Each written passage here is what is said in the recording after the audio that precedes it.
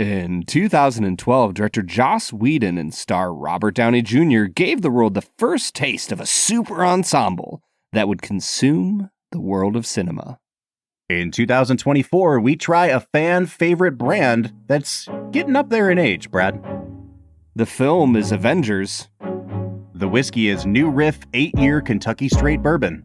And we'll review them both. This is the Film and Whiskey Podcast.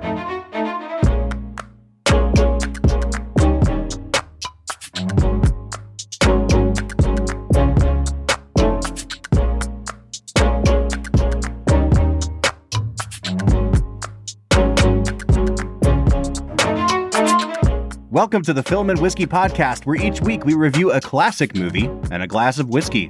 I'm Bob Book. I'm Brad G. Brad, we have finally arrived. It's MCU-ville now. From here on out, baby. This is the peak of our podcast, Robert. It will never get better than this. Dude, I'm putting in overtime on Disney Plus from here till the end of our season. Between MCU and Star Wars, it's all Disney all the time. I saw a Instagram reel the other day, which means that this is true, that I think it was 29% of all hours, like time, not like individual episodes lost, but of all time Disney Plus, 29% of it is Bluey. Good. Isn't that why? Like, listen, I thought you were going to say it was all spent on the Avengers, and I was like, ugh. No. Bluey, a 7-minute kids show made in Australia. It's freaking great, man. I don't know what to tell you. Maybe if the Avengers took notes from Bluey, I'd still be interested in the MCU, dude. Here's my question to the audience.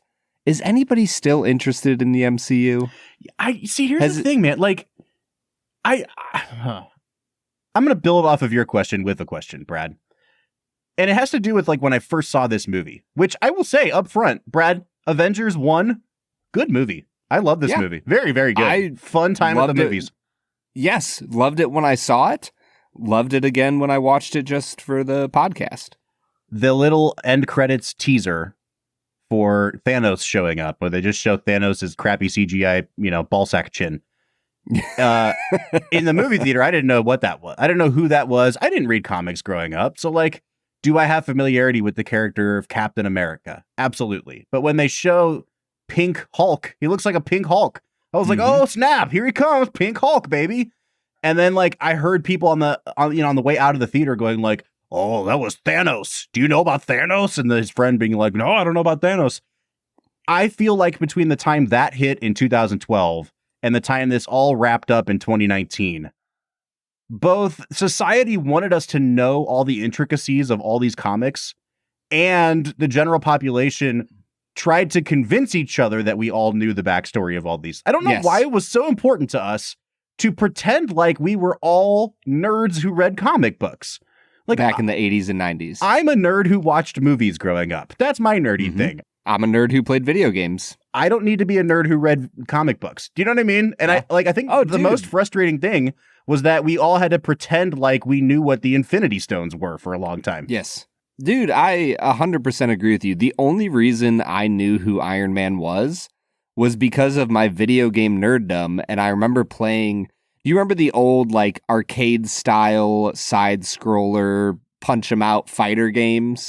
Yeah. Back in the 90s, like on the Super Nintendo and the Sega. Yep. I just remember playing a Marvel Avengers, I don't know what the name of the game was, but it was one of those side-scrolling action fighter games, and one of the characters you could play as was Iron Man. Yeah. And like, that is the 100% extent of my knowledge about Iron Man before I walked into a theater in 2008.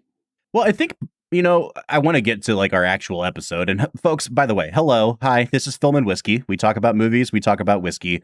This season, what we're talking about is the highest grossing film of each year from 1988 to 2019. So we're going year by year and we're trying to figure out, why did America love this movie so much? And with the Avengers, it's pretty easy to put two and two together, Brad. This is what we would now refer to as Phase 1 of the Marvel Cinematic Universe. And I remember when Marvel first kind of announced that we're doing a cinematic universe, everybody was like, cool, thumbs up. what does that even mean? I don't think we understood the extent to which everything would be inundated and saturated with Marvel for the next 10 years moving forward. Ugh. Yeah. But to set the stage for our conversation, I feel like we kind of need to situate ourselves in what was the superhero film in 2012, right? Like we had, you know, we've looked at Tim Burton's Batman. We've talked about the Spider-Man films and the X-Men films.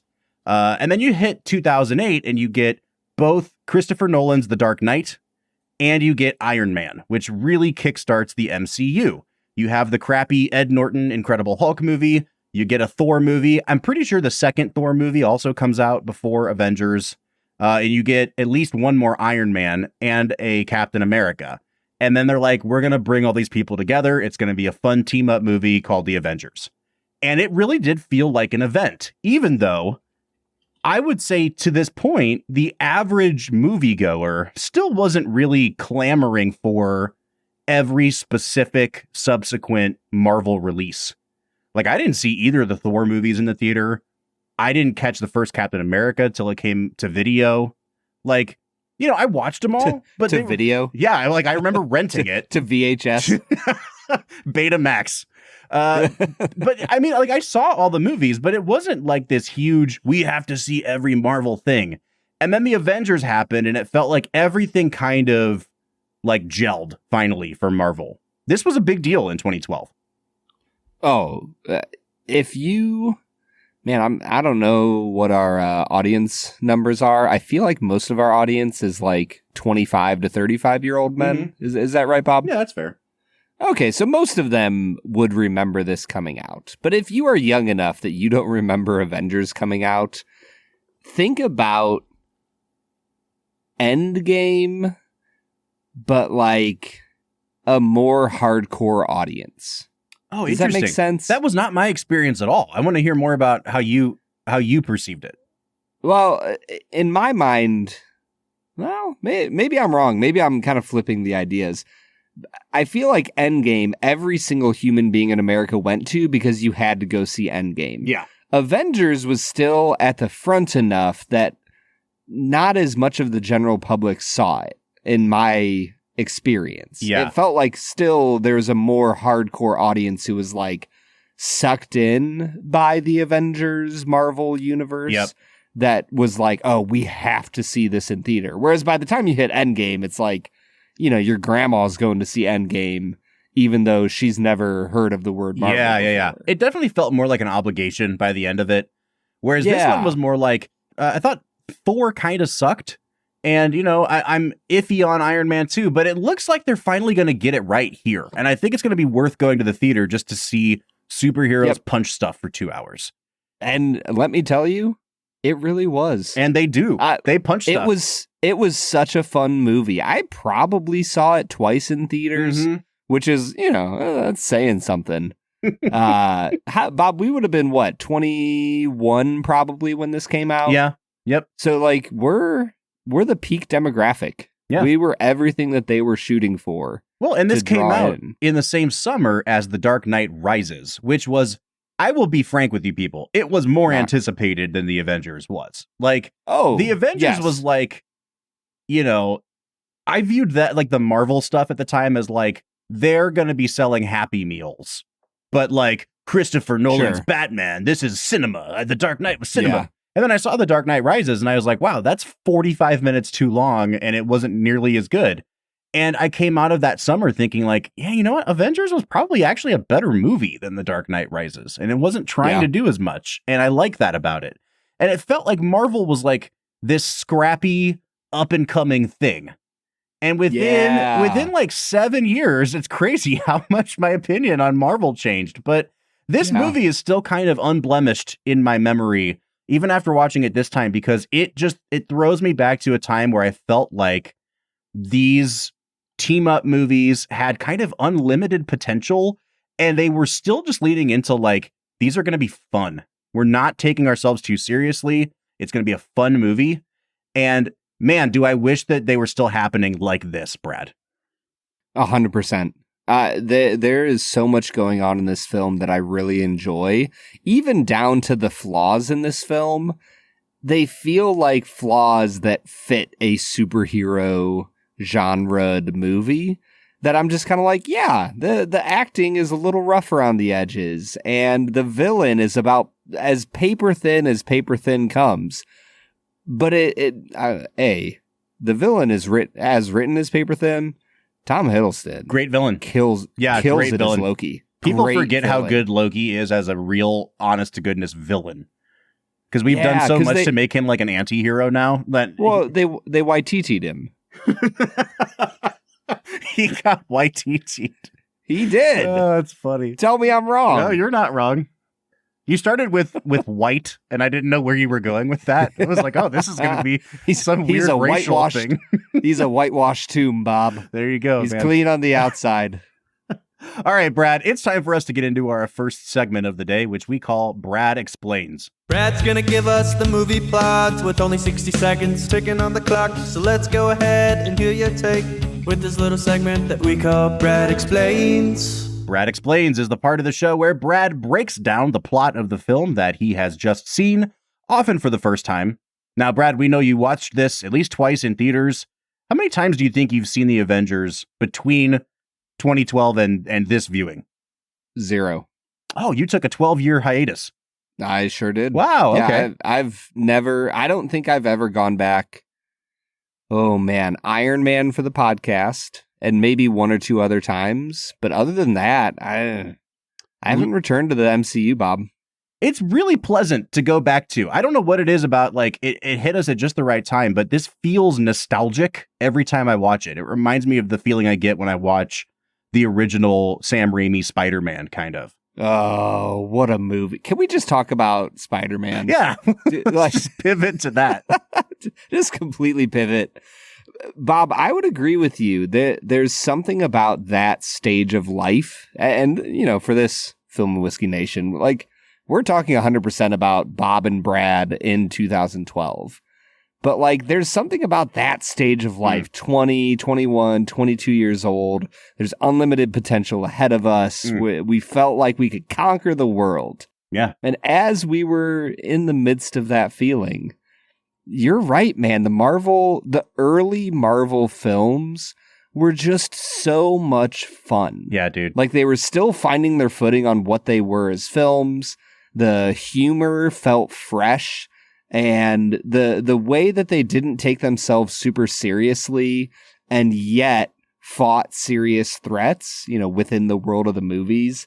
I don't know, man. There was just so much to love about early, phase 1 MCU. Honestly, just calling it phase 1 almost ruins it does that era. It does. Like, it was just the early era of the MCU, and I loved it. Yeah, calling it phase 1 makes it sound like it was a more organized effort than it felt like. And it wasn't. Yeah. Let's just set the record straight right now. Like, everybody acts like, what's his name? Kevin Feige? Feige, yeah. Feige is like this brilliant puppeteering mastermind who knew everything. But it is not. No. Like, if you do any research on the origins of the franchise, they legitimately were like, hey, let's like connect all these superheroes and maybe have one big smash up ensemble movie and we'll make a bunch, hopefully we'll make a bunch of money and that'll be it. Yep. Like, that was the first 4 years of the MCU. And it wasn't until the first Avengers that they realized, like, oh, people seem to really like this interweaving of stories, the serialization of stories, and they turned it into a money-making machine. Mm-hmm. But, man, the first 4 years, it was kind of the Wild West as far as, like, what the directors were doing and how they were treating the characters. All right, man, we've gotten very far afield on Brad Explains. You have a minute on the clock. we're still in Brad Explains. To break down the plot of the movie. Folks, this is spoilerific. So if you've not watched The Avengers, what are you doing and where have you been for 12 years? Go watch The Avengers, come back and listen to Brad break it down. 1 minute and go. The Avengers is a film about superheroes. The end. Mm-hmm. These superheroes are separate and they're all going their own ways. You have the Hulk, you have Iron Man, you got Captain America, Thor, Black Widow, and Hawkeye. Mm-hmm. So there's 6 Avengers and they're all about avenging things. And so they come together to fight this threat because Loki stole the Tesseract, and he's gonna open up a portal, and a bunch of aliens are gonna blow crap up, and it's gonna be terrible. So they join together, but then they suck. And Loki blows stuff up, and he kills Agent Coulson. And Agent Coulson was like really cool, and he had trading cards of Captain America, and there's blood on him. And they're like, "We got to avenge Agent Coulson." And then the portal opens up, and aliens destroy New York, and the Hulk is smashing through stuff, and he's beating these giant space worms. Time. And That's enough. So stop. Freaking cool, Bob. Oh man, the Brad G stream of consciousness. There's trading cards and there's blood and the portal opens up. I feel like that's exactly what the writers' rooms on the MCU think that their fan base sounds like. You know what I mean? Yes. We need to put the cards in, and then there's the portal. Like that's exactly what they're trying to do, the fan service thing. Let's keep they're like pushing their glasses up on the bridge of their nose. Exactly. All right, man. It's the Avengers. We've arrived. Where do you want to start today? But let's just start in a fun place. What'd you love about this movie, Bob? What just made you feel happy? Do you know what it is? It's like, I don't want to call it the shagginess. I don't want to call it the looseness. But there is a looseness to the performances that feels like, some of them are still figuring out like who's the character that I'm playing. But also like Joss Whedon is known for being a script writer. And so he's brought on board both to kind of write this movie and kind of guide it through the various types of characters that they've created in this MCU so far. So like you've got Thor, who basically talks in Shakespearean language. You've got Captain America, who's this aw shucks character. And then you've got Tony Stark, who's just a smartass. And how do you make these kinds of characters interact with each other? And what really stood out to me, Brad, was how not bland and how not micromanaged these performances were. So especially, I think, like, you know, Tony Stark early on, you can tell like, oh, this is very different than how he would play Tony Stark 9 years later or whatever it might be. But this is Ruffalo's first go round. Like, because remember, Edward Norton was the Hulk in the Hulk movie. And so they bring in Ruffalo. Super easy to work with Edward Norton. And it sounds like, from all accounts, Ruffalo actually is a really easy to work with guy. Yes. But this is his first time playing this character. And I really loved the sort of like haunted, tortured, a little bit. He's got his little tics to his Bruce Banner. I thought it played beautifully.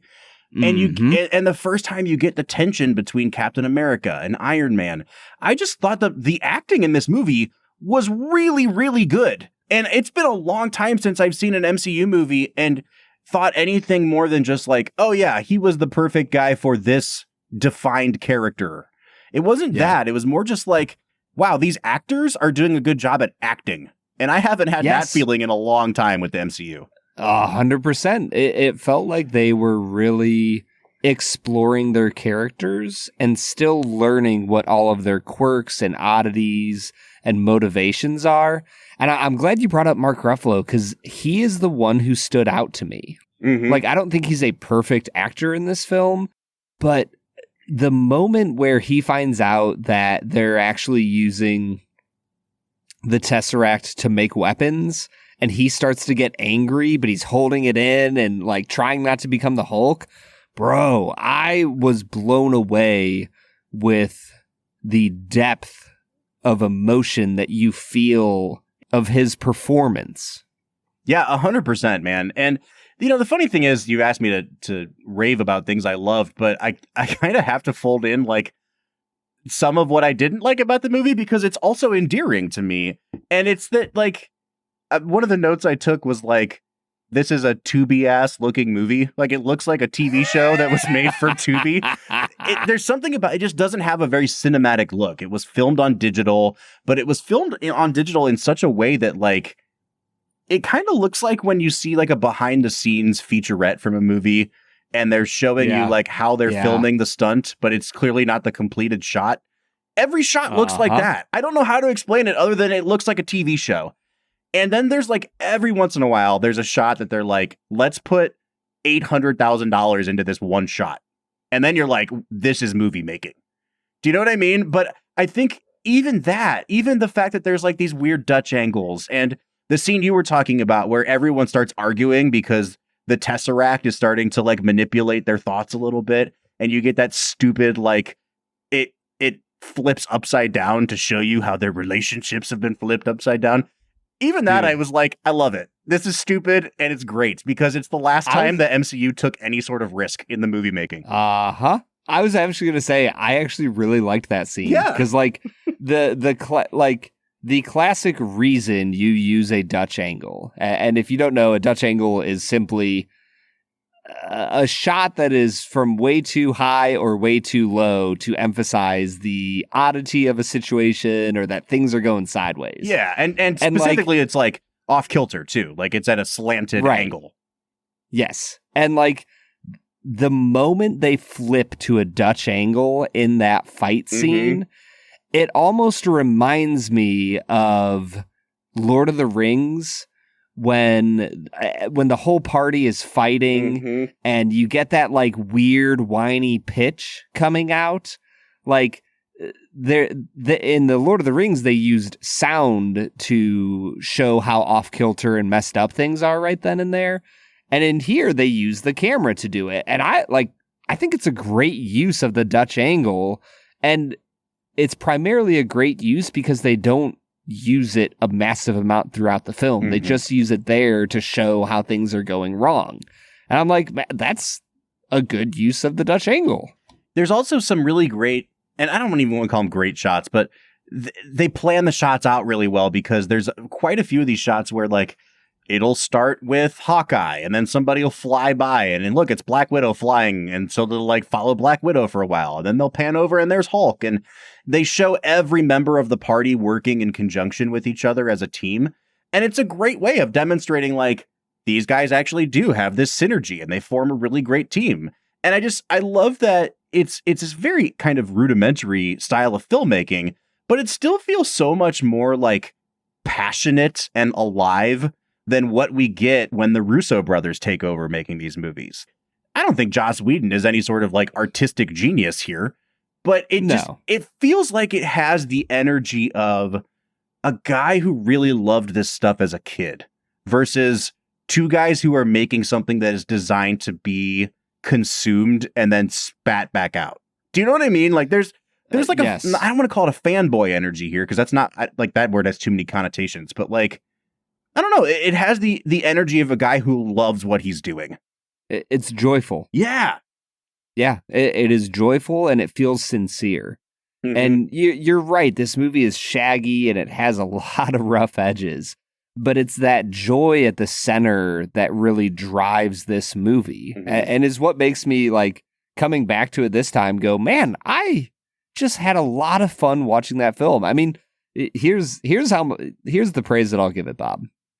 My wife sat down after a very long day of work and baking and getting ready for a farmer's market and doing all sorts of stuff. And I was like, hey, babe, I'm just going to watch like the first hour of this and finish it tomorrow because we're recording the next day.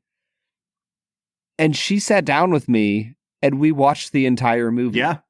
And like she wouldn't, I was like, I like paused it at a certain point, I think after Coulson dies. And I was like, all right, you ready to go to bed, babe? I'm getting kind of tired. She's like, no. You did this to me. You got me invested. Well, and crucially, I think it's a well-made movie because when that happens, it's at like the hour and 25-ish minute mark, somewhere in there. And there's like 55 minutes left in the movie.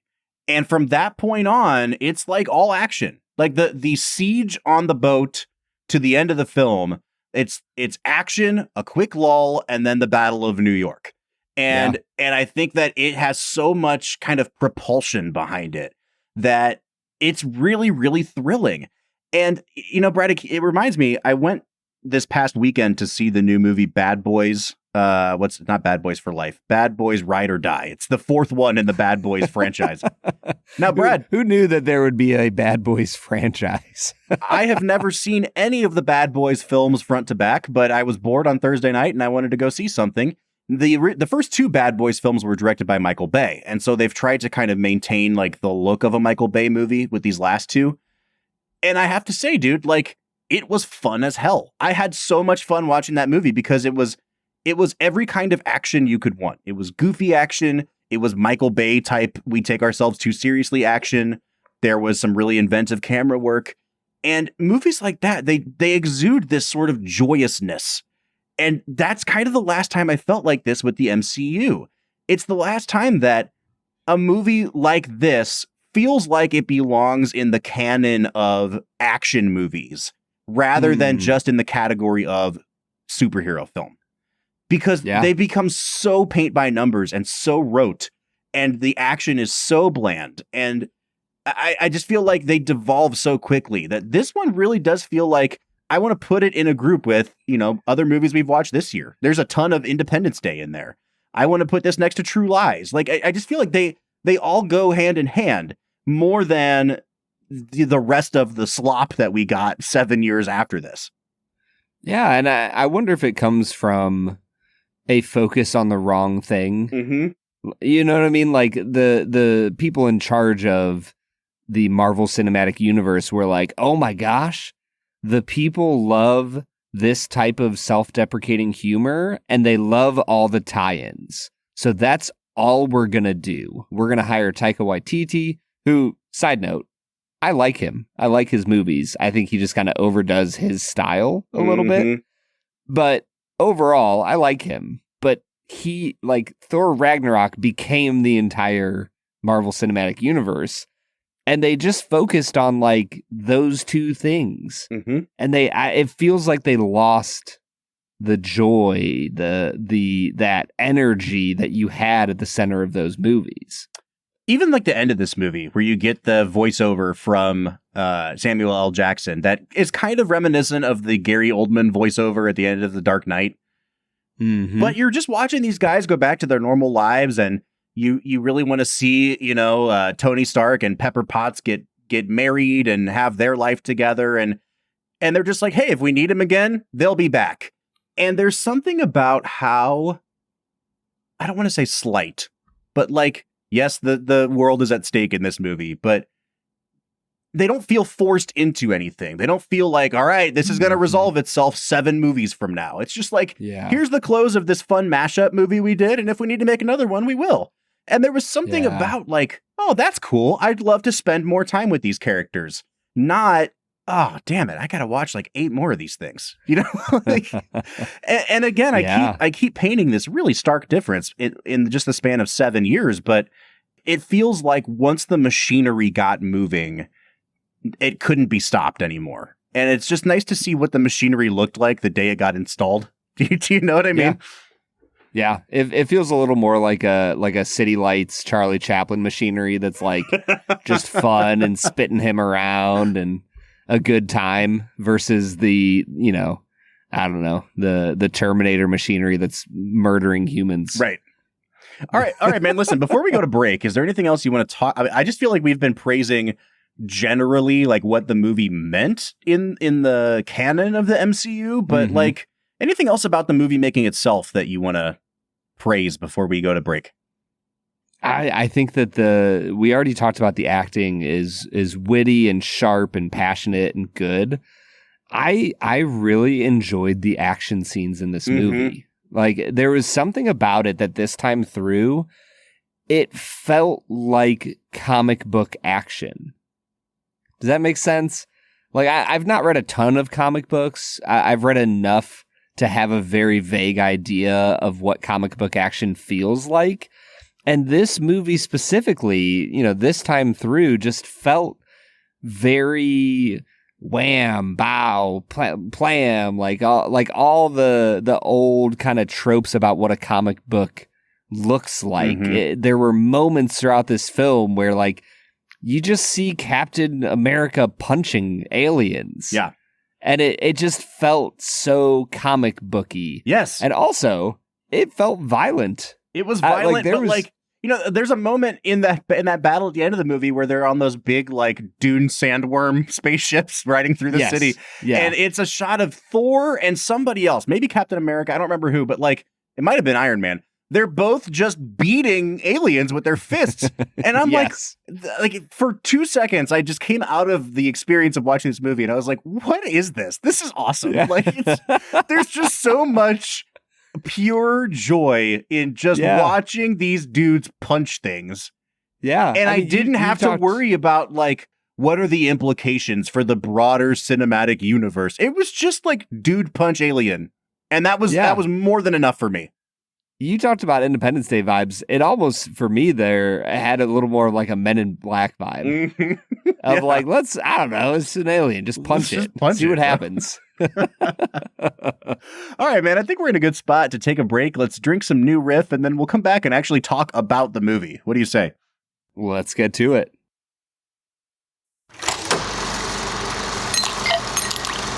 All right, everybody. We are drinking New Riff 8-year-old bourbon.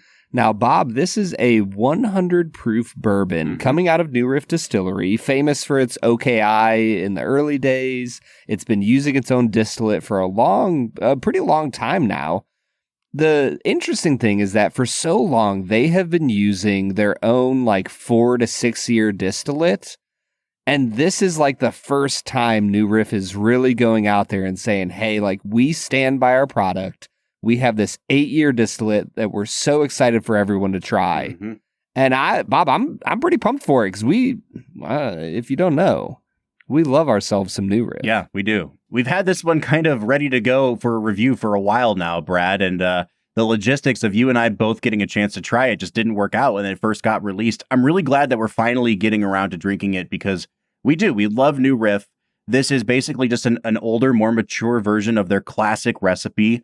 And we've always talked about how we love the spiciness of that bottled and bond. It's one of my favorite bourbons that you can get pretty much anywhere at any time for $40-$45. Now, this is a 65% corn, 30% rye, 5% malted barley mash bill. So it's a very high rye mash bill. I'm pretty pumped to try this, man. And 8 years, I think, is a really good point for getting some mature bourbon notes. You know, Brad and I say all the time, if you're going much over 10, 12 years, it can be kind of a crapshoot. And I think that like the 7 to 10-year-old range is really the sweet spot for bourbon. 100%, man. All right, dude, let's dive in. You've already drank it. I'm drinking it live on air. So let's hear your tasting notes. Yeah, Bob, on the nose here, I feel like you get some vanilla, you get some caramel. It's got the nice classic bourbon notes. For me, the two interesting notes that stood out were there was some like dry peanut butter, almost like a dry, dusty, like the bottom of a like the all natural Smucker's peanut butter that you have to like stir. Yeah. Because the oil all separates. Yep. Like when you get to the bottom of that, the oil's kind of all gone. It's just kind of dry and crusty. Boy, I'm sure that New Riff wants to hear this. This is, that like the is crusty dry peanut butter. And in addition to that, I got like a really nice saltine cracker kind of bready feel to it. It's a unique nose. It's interesting. I wish the rye was a little more present. I got a little bit of that mintiness on the nose, but not enough to really stand out. If that was there, I'd give it a little higher score, but I'm sitting at a 7.5. This definitely has a different character than the 4-year product, or I should call it the bottled and bond product. It's really dusty, but it's dusty in a good way. It reminds me of some of that like dry peanut butter. No, like sawdusty type notes that I get on Willet, like the Willet funk. Yeah. And I pick up that oakiness. I also pick up a little bit of floral. There is some rose here. For me, this was really vanilla heavy, and I don't remember New Riff being really vanilla. So that's new. That's a new Riff, Brad, is what I'll call it. Hey. But I think this really signals some good things. So I'm going to give it an 8.5 on the nose. Ooh. As I got into the palate here, it became way more herbaceous than it was on the nose. There was some salted caramel, there was some fresh dill, a bit of like a tart kind of blackberry. Honestly, Bob, I liked this decently well. I think for me, the flavors were just all over the place, and it felt not in a way that like married together to make it like a 9 out of 10. Like normally I get this many notes, and when they blend together well, it's like, oh my gosh, this is complex and incredible. For me, this is complex and decent. I'll give it a 7 out of 10. the audacity here is incredible. They are going for a lot, and I love the way they're swinging for the fences. Yeah, man, I'm in a weird spot with this one too. It's really prickly on the palate. It's not harsh, but it definitely drinks a little bit hotter than 100 proof. And it's because there's so much oakiness. And like, Brad, I read the press release that they sent out with this, and our friend Jay Arisman from New Riff was commenting on how that oak is kind of like their trademark in all their products, but it's really oaky, man. And it's not just oaky, but there's a lot of fresh herbs on this and kind of bitter, I wouldn't call it tannic, but like really herbal, almost vegetal kind of notes, and coupled with straight vanilla extract. Like I've never gotten this much vanilla on a New Riff product. It's interesting. It's really different than what I'm used to. And it is also kind of different from the nose. Part of me wants to say a 6.5 here, Brad. I think I'm going to give them the benefit of the doubt and I'll take a second, third sip.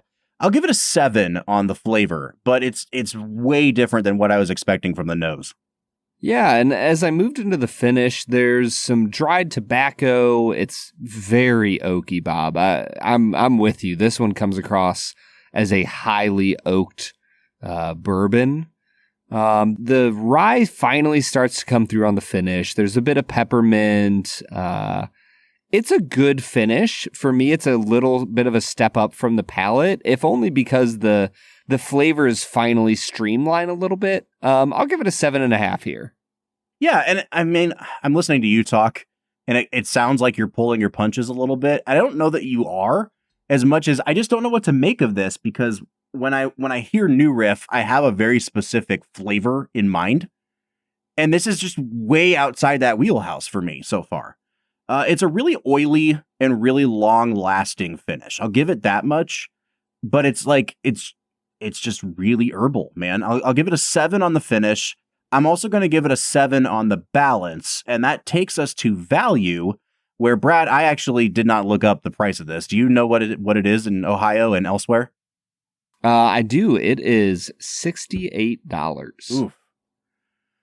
Okay, so we've been kind of kicking around this year this idea of once you start getting into higher aged products, you pay $10 for every year that it's been aged.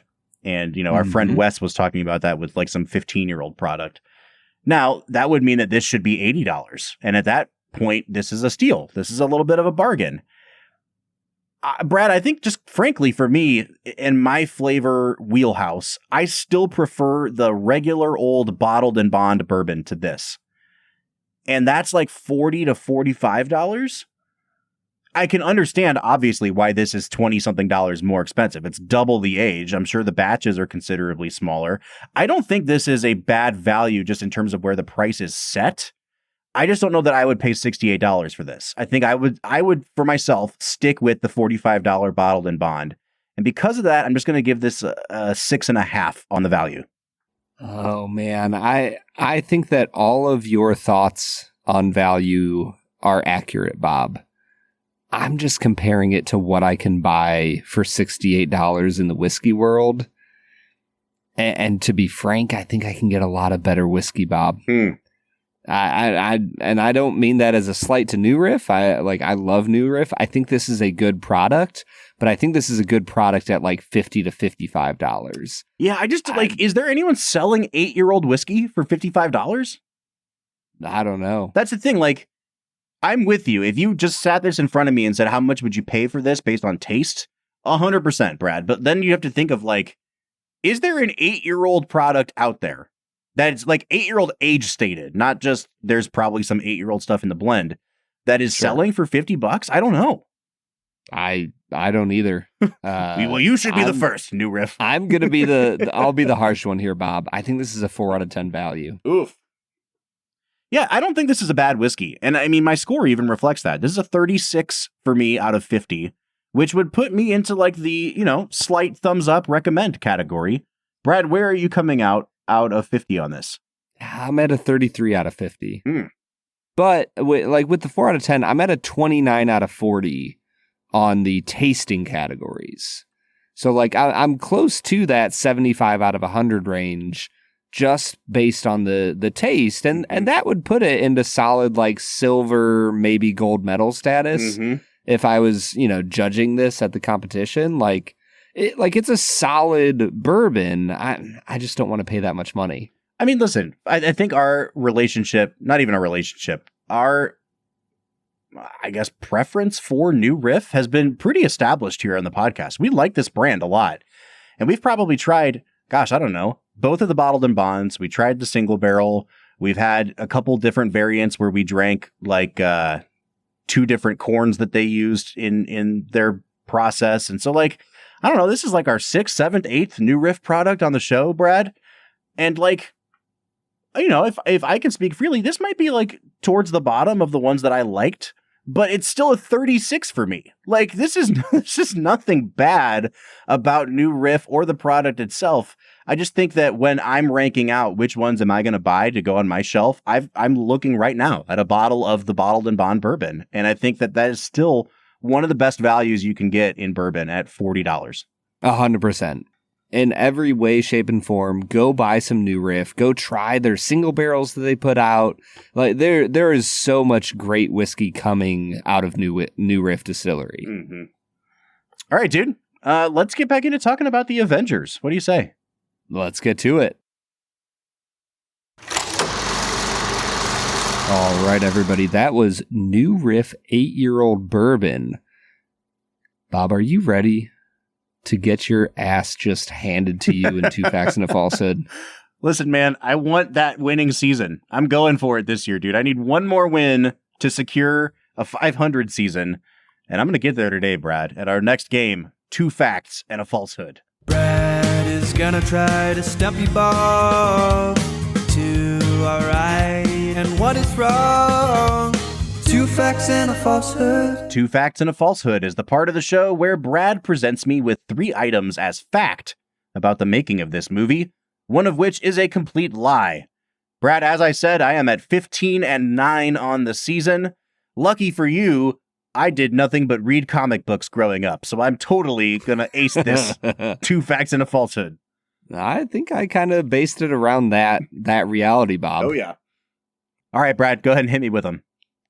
Fact number 1, Samuel L. Jackson's Nick Fury is from the Ultimate Marvel Universe, created in 2000 to reimagine and update the Marvel heroes for the 21st century. Fury's likeness in the comic was actually based on Jackson, who gave Marvel permission to do so.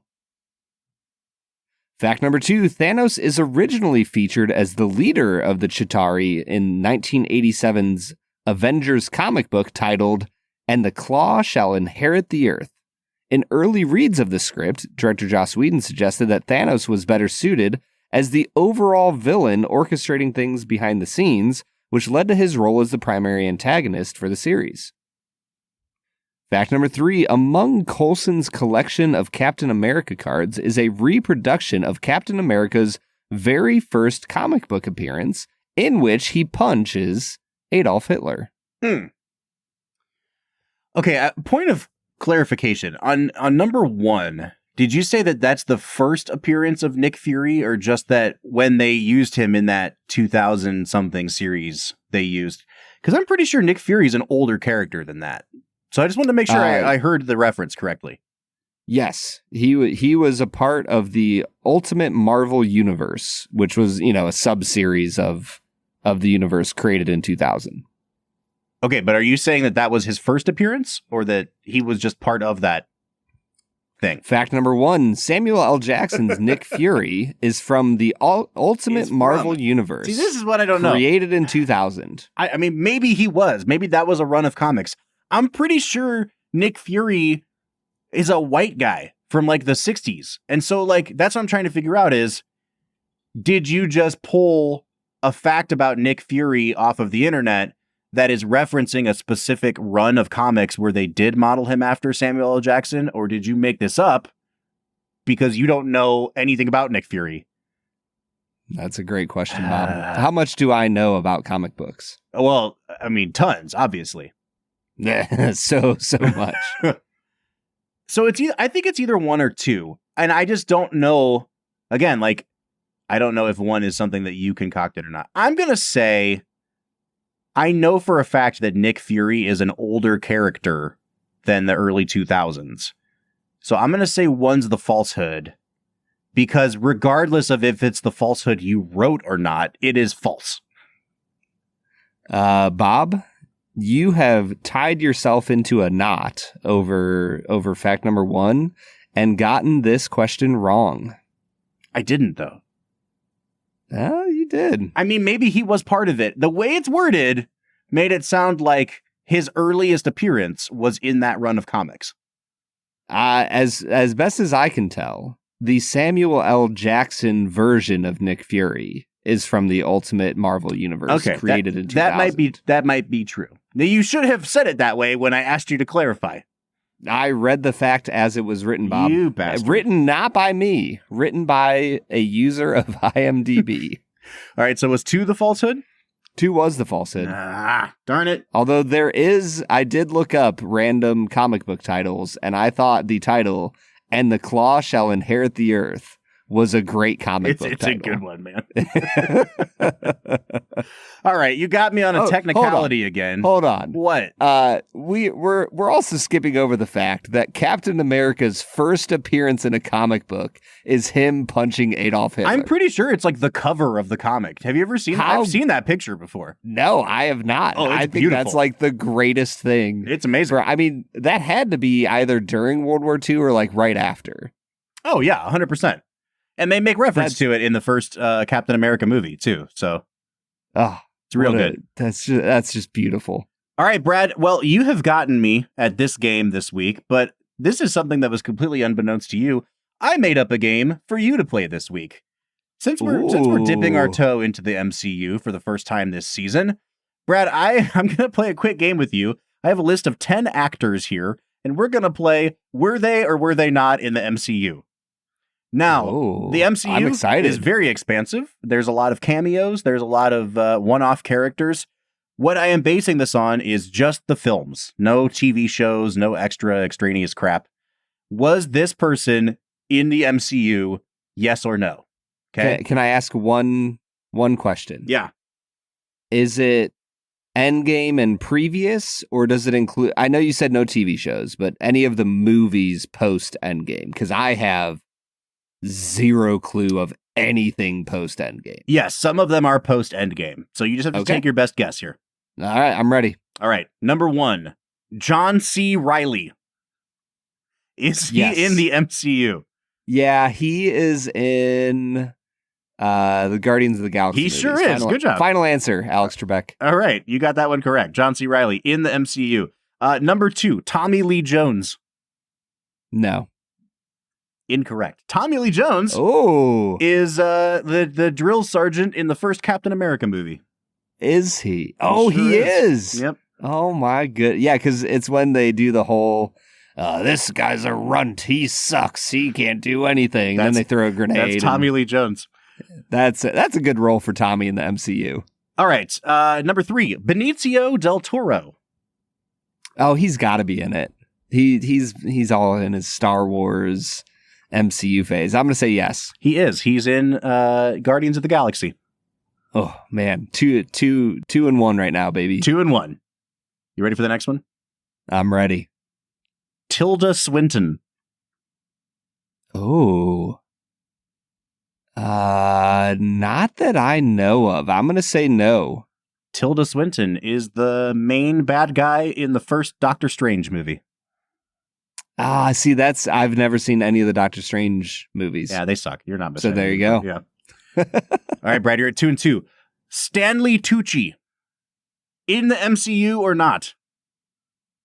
I feel like he should be. Regardless of if he is. I'm going to say yes. He strikes me as like one of the douchebags in Guardians of the Galaxy 2 that's the gold people. Like, I feel like he belongs in that group. He is in the MCU. He plays like I want to say he's like a Jewish doctor in the first Captain America. He develops the serum and then promptly gets shot. Yeah. Nailed it, Stanley. Good job. All right. Christoph Waltz. No, he is not in the MCU. He is not in the MCU. He did play a bad guy in James Bond in the last 10 years, though. So there you go. Yes. I was going to say, the MCU doesn't deserve Christoph Waltz. Sylvester Stallone. Yes, I think he shows up in Guardians of the Galaxy 2. He does, right at the very end. I didn't know if you'd remember that. Nailed it. What a great movie. Dude, the last 5 minutes of Guardians 2. Freaking great filmmaking. Freaking great. Keanu Reeves. No. You said that pretty confidently. Yep. You are correct. Nailed it. Okay. Jeff Goldblum. Yes, he's in Ragnarok. Okay. Man, see, I thought that would be either the easiest win or the easiest loss. All right, you ready? That was the easiest win. Matt Damon. Oh, that's a good one. I don't think he's in the MCU. I'm going to say no. He sure is, and he's in Ragnarok. There's a little scene at the beginning where Loki is watching like a play of his own story, and it's full of cameos, and Matt Damon is playing, I think, Thor in that. Yeah. He is. You're 100% right. That's wild. All right, last one. You ready? I'm ready. Ryan Gosling. No. There's no way Ryan Gosling is in the MCU. Brad. What? You're right. He's not in the MCU. Okay. Okay. I was going to say, I'm like, I can't. He feels like he should fit in the MCU, but no. You came out with a winning record on that one, man. 6-5. Yeah. Nicely done. Hey, thanks, man. Right. I'm pretty proud of myself. So that's today's were they or were they not in the MCU? It's crazy the amount of people who have been in this thing at this point, dude. Like, I was cutting names off the list, but like Annette Bening, Oscar-nominated actress, she's in the MCU. You know, Kate Blanchett, she's in the MCU. Uh-huh. I don't think Kate Winslet has been in the MCU. Thank God. Can I tell you about one of the famed actresses and the conversation we had about her as I watched... Oh, what was it? So, long story short, my friends and I are watching one of the Marvel movies that contained Gwyneth Paltrow. Mm-hmm. And it quickly devolved from watching said Marvel movie into looking up her gold-plated dildo. Yeah, dude. On her website. You know what's funny is I don't even mean to interrupt your story. I'm watching this movie and I'm like, God bless it. She's so charming. And it's so weird to think about how everything I've seen about her online in the last 10 years has involved her vagina somehow. Like she's sticking eggs up there. She's sticking gold-plated thing. Like, what is going on? Like, why can't I just enjoy her acting, Gwyneth Paltrow? Oh, man. Yeah, it was a wild conversation because it took up a solid hour because my buddy Steven and I are both like aware of her wildly strange online store. Goop, right? And Goop. And our wives were not. And we took them down the rabbit hole. That's always an awkward position when you're more familiar with Gwyneth Paltrow's gynecological problems than the women in the room. It was a heck of an evening. Bob. Oh, I bet it was, man. All right, back to the Avengers. I just have to put myself in the shoes of a listener right now who has never heard of this. Do yourself a favor, Google it. It's one of the wildest things you'll ever see. I mean, first of all, it sounds risky enough just Googling the phrase Gwyneth Paltrow goop. Like, that just sounds like it's going to lead you to some weird spots. And believe me, it does, but not in the ways you'd expect. And on that note, back to the movie, Brad. Yeah, probably should actually talk about Avengers. We haven't talked about this movie like at all, and I feel like we're almost done with the episode. I do want to keep talking about the performances a little bit, because it's kind of a minor miracle how well these characters fit into, or the actors fit into the characters. Obviously, Robert Downey Jr. is going to get all the love. And I feel like they caught him in this movie at the perfect place, because I can't remember if this is before or after Iron Man 3, but I think this is just his third time as Tony Stark, and I think he's really got the character down to where he's a dick, but a dick with a good heart, and he's not annoying yet. It's like that sweet spot of Jack Sparrow-ness, where the first movie with Jack Sparrow is really good, and then they all kind of taper off from there. That's a good you know what I mean? Bob. Like, when you play a character 48 times in a movie, after a while, it gets old, and it hasn't gotten old yet. But every time I watch the Avengers movies, I don't think these movies work without Chris Evans as Captain America. A guy who does not get enough credit as an actor in general. But man, that is a really easy part to mess up. And it would throw the balance of this entire team off if Captain America isn't not only believable, but likable. And Chris Evans really nails it, man. Yeah, sincerity. Mm-hmm. Like the ensemble needs a sincere character who really believes in what they're doing. Mm-hmm. And like, even when he starts to doubt the Avengers initiative and, you know, SHIELD as a whole, it's not because of some like internal doubting himself.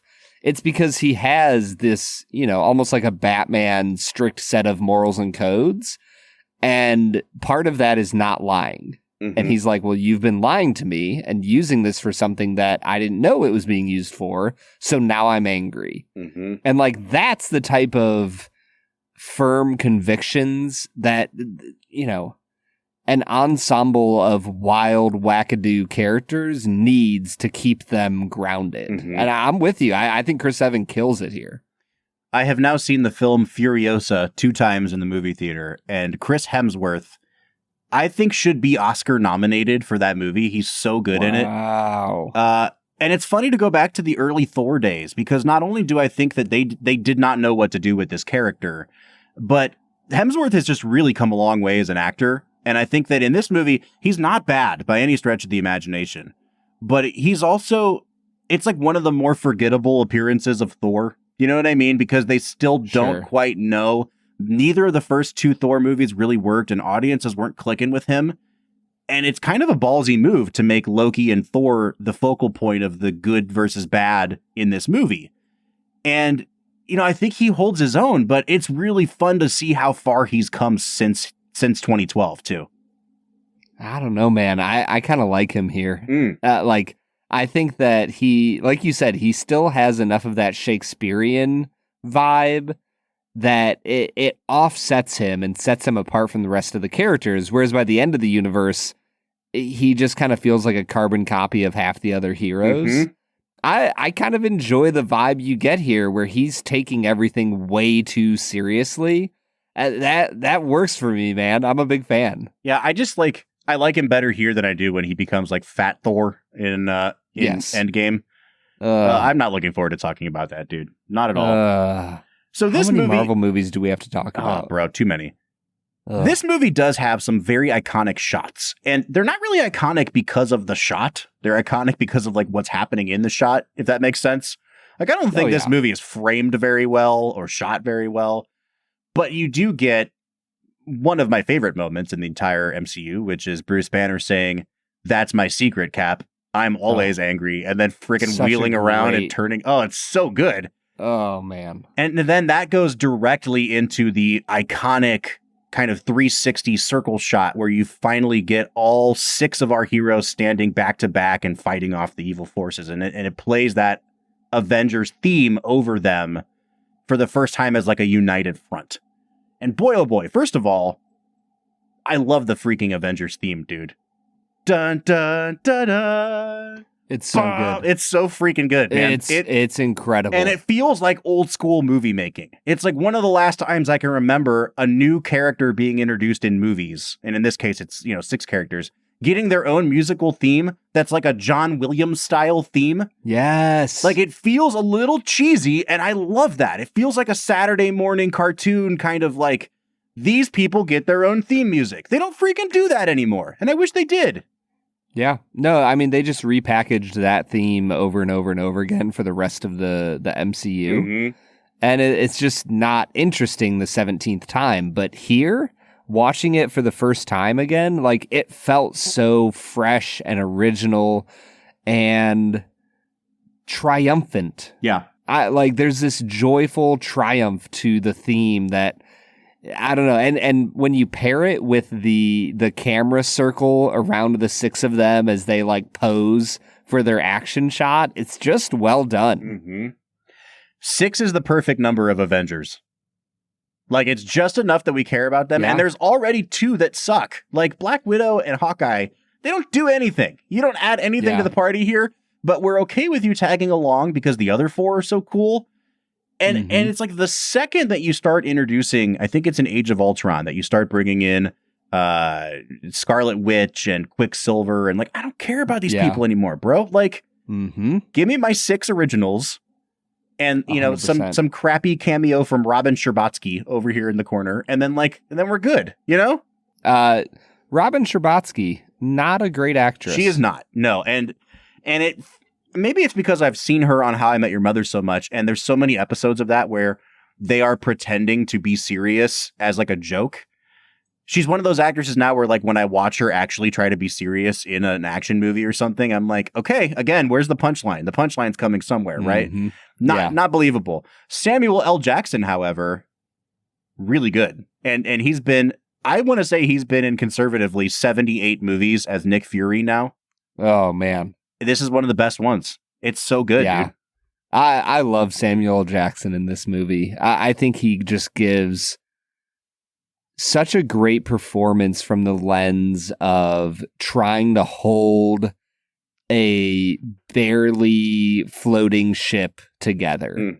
Like that. I think that's what I enjoy most about this, is that they really nail that element of like, this whole Avengers thing is a crapshoot, and it's only the will of Nick Fury that's keeping it together. And they admit that he is manipulative, and he is tugging at the heartstrings of each individual Avenger in a way that manipulates them to doing what they need to do for the greater good. And I like that. I like that level of him as a mastermind.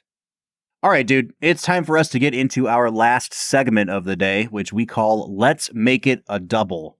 We're near the end of the episode, so thanks for listening to the Film and Whiskey Show. Let's pair another film with this one, even if it's a struggle. It's our final segment of the day, now let's make it a double. Let's Make It a Double is the part of the show where we pick a movie to pair up with this one to make the perfect double feature.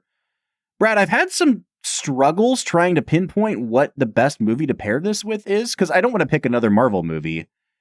But like, there's a vaguely familiar sense through the whole film that I'm like, this feels like a warm blanket. It's the kind of movie that I've seen 100 times, done 100 different, with, you know, 100 different sets of characters. And then I'm like, okay, but like, what's the one that it reminds me of most? And I can't think of a single name. So I'm really interested to hear what you picked, because I'm still struggling over here. I am going to pick. I'm going to go old school. I think it would be fun to kind of see the origin of superhero movies. I'm actually going to go with 1978's Christopher Reeve starring Superman. Why is that? I just think it'd be fun. Like go back in time, see what superhero movies were in kind of the origin period. You know, maybe if you want to make it a triple feature, go from the 70s into the late 80s and watch, you know, Batman, and then jump right back in and hit up the Avengers from 2012. I want to say Independence Day because there's a lot of Independence Day happening here, but I think I'm going to go with a movie that between the two of us, I think we've already mentioned at least twice in our Let's Make It a Double this season, and it's Pixar's The Incredibles. Because if you're talking about a team building movie where by the time they all finally meet up as a team and they've all embraced their powers, you get that iconic shot of them finally all flexing together for the first time too. And I think that it's a similar kind of high. It's like, man, I freaking love these characters. Before they even became superheroes, I loved these characters and I'm ready for them to kick ass now. And I'm like on board with them. And I think that that's kind of what's missing in superhero movies now. It's almost a baseline expectation of you already are supposed to love this comic and therefore we don't have to make you want to love this character. Whereas these movies, you know, there's like an hour of this movie that's just strictly build up to the payoff. And it's not even really build up. It's just like, hey, what if we threw a bunch of established characters in a room and then watched them bicker until they sorted out their problems? And it's fun, but it takes its time to get to the payoff. And I think that it's something that it shares in common with The Incredibles. And I think that's why I love both movies, Brad. Yeah, Bob, I think that's a great pairing. Like, I can't imagine a more fun night than sitting down and watching The Incredibles and Avengers. All right, well, on that note, let's give this movie some final scores. Brad, we've been talking about how much we love it. We made it sound like it's a 10 out of 10. I don't think it is a 10 out of 10. I think it's a little bit long. I think it takes a long time to get going. I think it looks like a TV show. But damn it if this isn't like the most perfect 8 out of 10 movie. I don't even know if I'd call it an 8.5. It's an 8, but I don't regret watching this ever. Like, it's just a freaking fun movie. It just reminds me of old school movie making. And I love that about it. It's only 12 years old and it feels like it's from a bygone era. And yeah, I'm really grateful and glad that I got to watch this today, Brad. 8 out of 10 for me. Yeah, I'm 100% with you, Bob. 8 out of 10. Really fun movie. Great superheroes with witty lines. So much fun dialogue in this movie and great action scenes. And that's kind of all I want. And like, even let's just take the end credit scenes that MCU became so famous for. Like, the end credit scene in this movie is them. Yes, you get a little bit of Thanos, but it's them eating shawarma. Mm-hmm. And it's great. Yep. And I just, that's character building. Yep. And I like that. All right, so that's it from us. We have given this movie an 8 out of 10 on average. Are we way off base? Or, you know, I guess MCU stands, come for us in the comments or whatever. But we gave it an 8. We like this movie a lot. Tell us what you think of the first Avengers film. You can find us on all of our social media accounts: Facebook, Twitter, Instagram, TikTok, and YouTube at Film Whiskey. Or you can jump onto Discord. Over on our Discord server, we are having conversations every single day about movies, whiskey, and a wide host of other things. If you want to join the conversation, you can find a link to our Discord at the end of every single one of our show notes. Brad, I have good news and bad news about next week's episode. The bad news is we're watching the movie Frozen, a film that I have actively tried to avoid watching for like 11 years now. Oh, I watched that movie once in the barn.